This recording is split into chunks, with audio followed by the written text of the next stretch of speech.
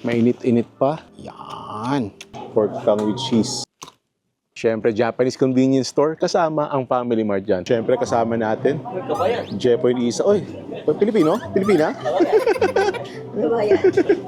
Grabe. Saka nakatala. Mga cold cuts. Meron, no? Wild talaga ng mga convenience store dito sa ano. Meron pang ano, sausage and cheese, oh. Hamburger. Uy! Ayos to! What? Sausage. Pork tongue. Wow. Pork tongue with cheese. Yo! Souffle pudding. Looks good. Are you my next dessert? May nire-recommend si Iza. Eto daw. Masarap daw to. Ito, try ko rin to. Grilled sweet potato. Ito yung nakita namin yung sa may Totonburi. Thank you! Warm. Warm siya, no? Mainit. Yes. Ang galing. Dito po, sa Itapates may init po. Ayos ah. Sige, lahok-lahok na sa tiyan. Number 1 daw sa Japan yan. Sige.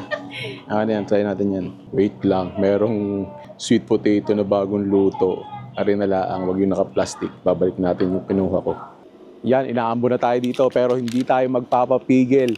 Kailangan ko matimusan ang mga offerings ng Family Mart tulad na rin grilled sweet potato. Yan, mainit-init pa. Yan. First bite. Thank you, Lord.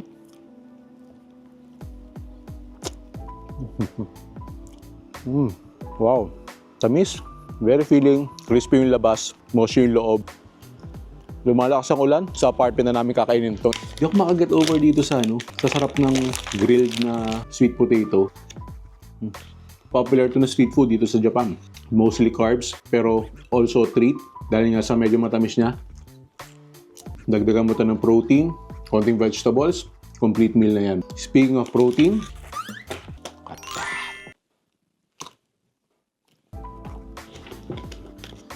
oy! Did you hear that snap? Paulam nito. Salty, cheesy. Para siyang hindi sa convenience store binili. Para siyang pudding. Haluin natin sa ilalim. Wow. Uy, sarap pa. Para siyang leche flan na hindi. Parang custard. Yun. Parang winter melon tea. Ina-expect ko siya parang milky. Sarap nito. Ito, magugulat ka sa sarap. At magugulat ka kasi yung malalasahan mo, hindi yun yung ina-expect mo na lasa nito. Kasi nga kulay puti. Pero masarap, refreshing. Pinaka-paborito ko, pork tongue sausage. Next, baked sweet potato. Ay siya, tikme ko na papaibig!